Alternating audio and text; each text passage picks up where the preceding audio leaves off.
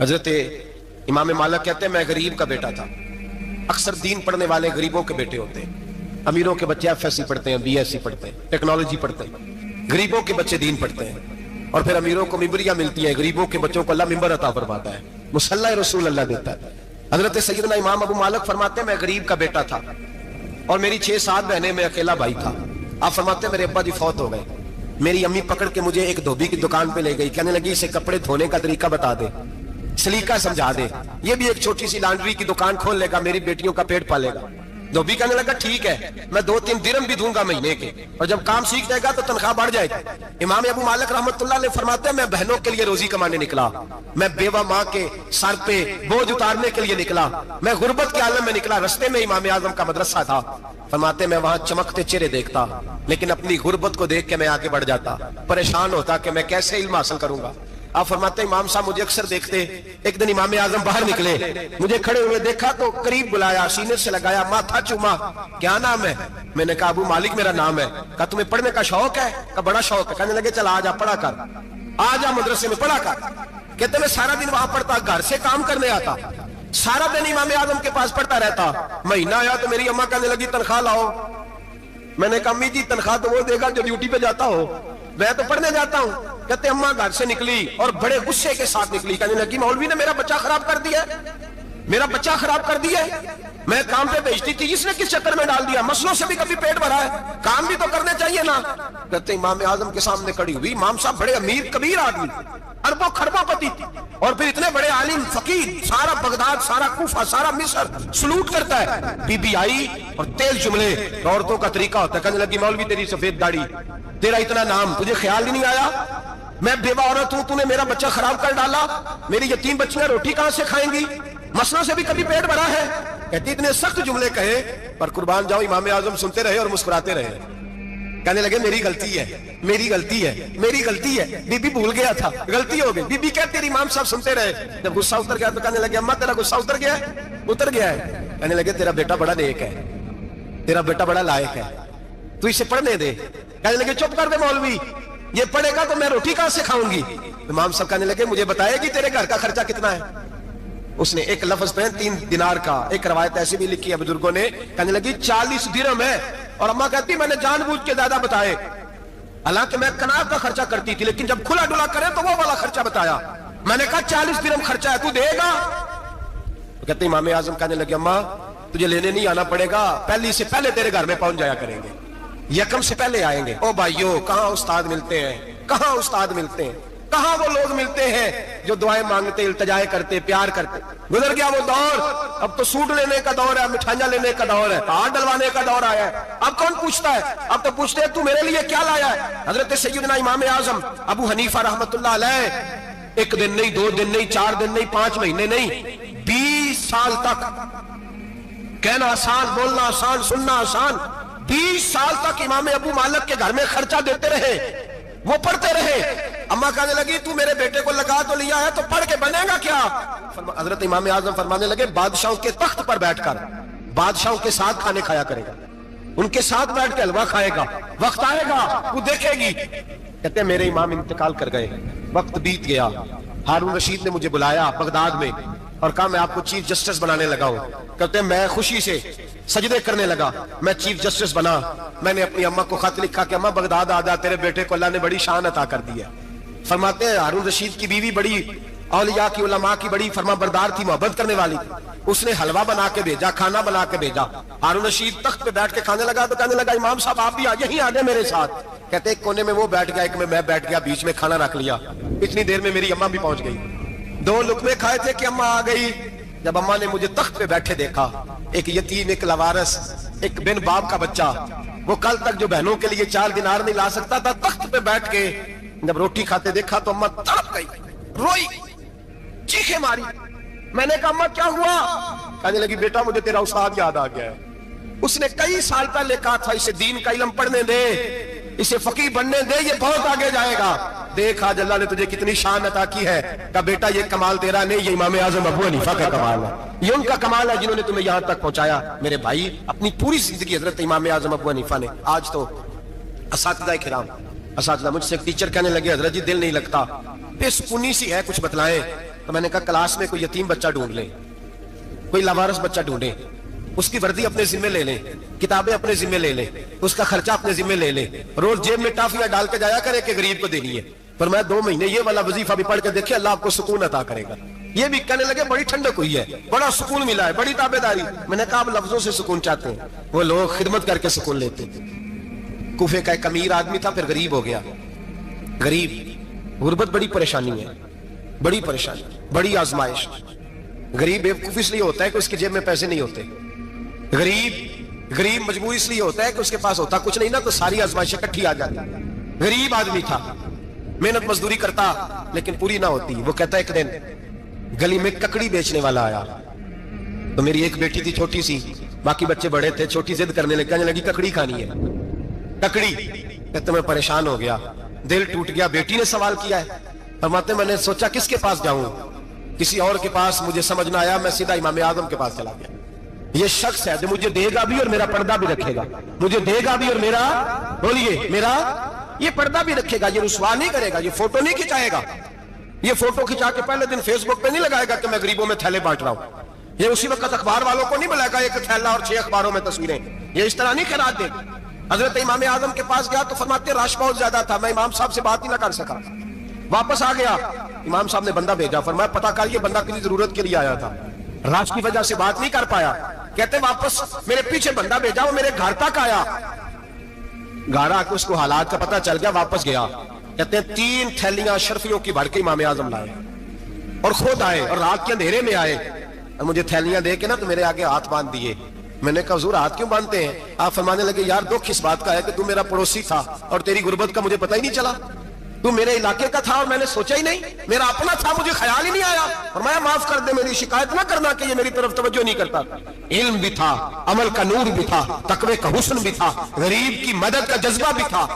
आज लोगों पर माल का फितना सवार होता है, सब पर नहीं लेकिन ज्यादा लोगों पर। जैसे जैसे माल आता जाता है वैसे वैसे अकल भी आती जाती है, वैसे वैसे सियाने भी होते जाते हैं। कहते हैं वो भी कमाए वो भी करे, मैं तो टेक्निकली बड़ा हूं, मैं अकलमंदी, मैंने बड़ी, ना बहन की फिक्र रहती है, ना भांजों की फिक्र रहती है, ना रिश्तेदार की फिक्र रहती है, ना दाएं बाएं कुछ देखते हैं। लोग जैसे जैसे पावरफुल होते जाते, हटते जाते, कटते जाते, अमीरों से गिराने लगते जाते, आगे की तरफ देखते जाते। इमाम आजम अबू हनीफा रहमतुल्लाह अलैह ने सारी जिंदगी प्यार किया, मोहब्बत बांटी, इल्म, फकाहत, तकवा, रोशनी। आज लोगों को इल्म होता है पर इल्म का नूर नहीं होता। हमें बहुत सारी बातों का पता होता है पर वो बातें हमारे लफ्जों में होती हैं, हम उसके हुस्न से आगाह। और अगर मैं ये कह दूं कि हमें उन बातों पर यकीन कामिल नहीं होता, कह रहे होते हैं, हम समझते हैं, बड़ी बातें करते हैं, लेकिन उन बातों के पीछे जो अमल का जज्बा है वो फीका होता है। इमाम आजम अबू हनीफा रहमतुल्लाह तआला अलैह जितने बड़े आलिम थे उतना ही बड़ा खौफ था अल्लाह का भी, उतना ही बड़ा खौफ था। एक आदमी कहता है मैंने इमाम साहब से मसला पूछना था, मैंने इशा की नमाज इमाम साहब के पीछे पढ़ी, कितनी लोग बातें सुनते हैं, उसका असर कितना लेते हैं, लेकिन इमाम साहब रहमतुल्लाह अलैह का तरीका क्या था? कहते मैंने इमाम साहब के साथ नमाज पढ़ी मस्जिद में, तो कारी साहब ने कुरान पढ़ा, इज़ा ज़ुलज़िलतिल अर्दु ज़िलज़ालहा व अख़रजतिल अर्दु अस्क़ालहा। फरमाते आखिरी 2 आयतें पढ़ी, फमन यअमल मिस्काल ज़र्रतिन खैरन यरा व मन यअमल मिस्काल ज़र्रतिन शर्रन यरा। अल्लाह फरमाते मैं क़यामत के दिन तेरे जर्रे जर्रे का हिसाब करूंगा, जर्रा बराबर नेकी हुई तो तेरे सामने आई, जर्रा बराबर गुनाह हुआ तो तेरे किसके बराबर जी? वो कितना होता है? रेत का 1 जर्रा, उसके बराबर भी गुनाह हुआ तो तेरे सामने, ये अल्लाह कह दिया है। तो ऐसा इंशाल्लाह होके रहेगा, अल्लाह एक दफा दिखाएगा।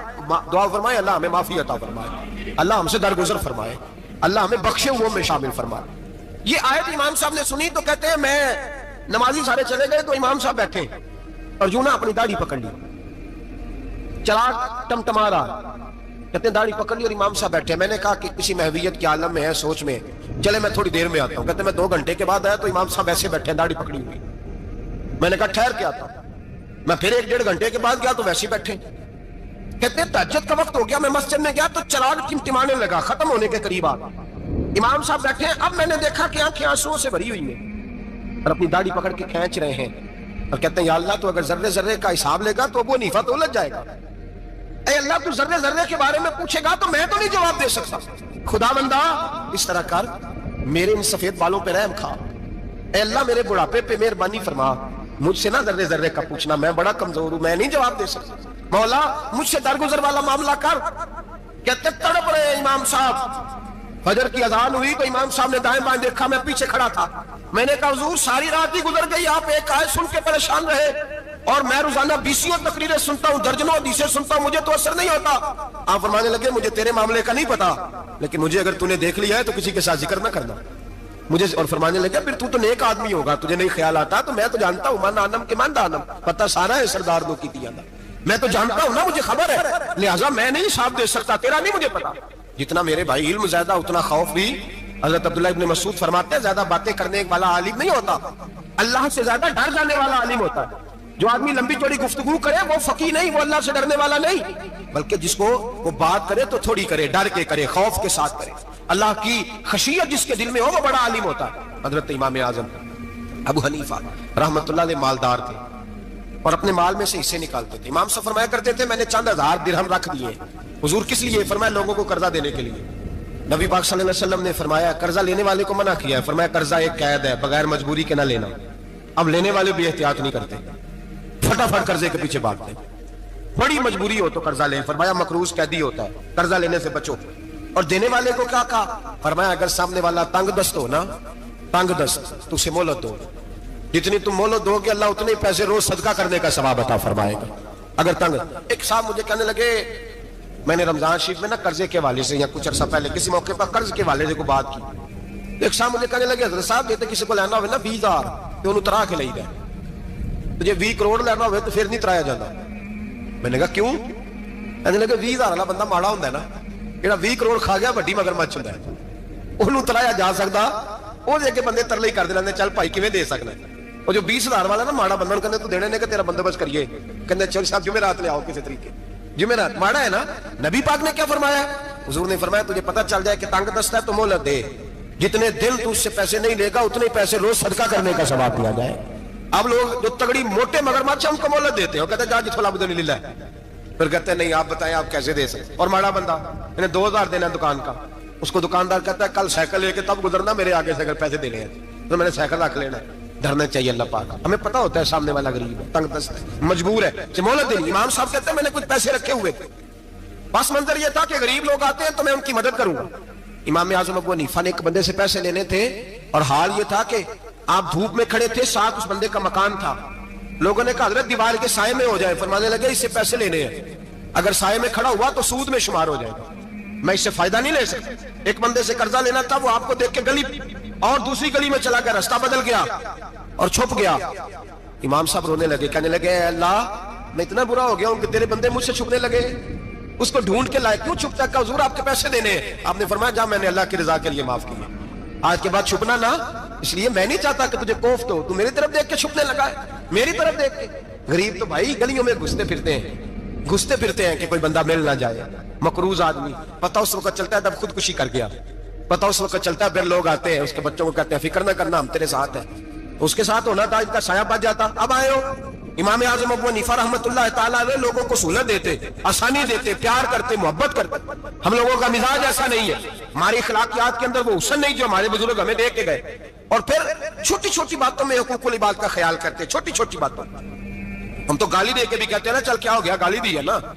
मैंने देखा है साइकिल वाले की टक्कर अगर पजारो वाले के साथ हो जाए तो माफी साइकिल वाले ने मांगनी है, क्योंकि वो साइकिल पे बैठा है ना, उसकी गलती ये है कि वो साइकिल पे बैठा है, माफी साइकिल वाले ने मांगनी है, पजारो वाला नहीं मांगेगा। हो सकता है साइकिल वाला उठ के कहे जनाब मुझसे गलती हो गई, मुझे पता ही नहीं था कि आप थे, वरना मैं आपके आगे ना आता।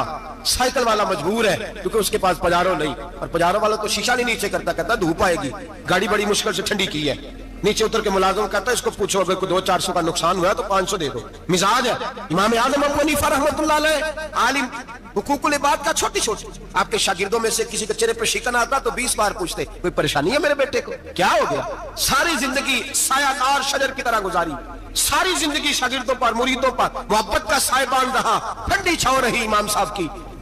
इमाम आजम अबू हनीफा रहमतुल्लाह ताला अलैह गली से गुजर रहे थे, लकड़ी के जूते पहना करते थे, खड़ाओ एक नौजवान बच्चे के पैर पे पैर आ गया तो कहने लगा इमाम अल्लाह से डर जा।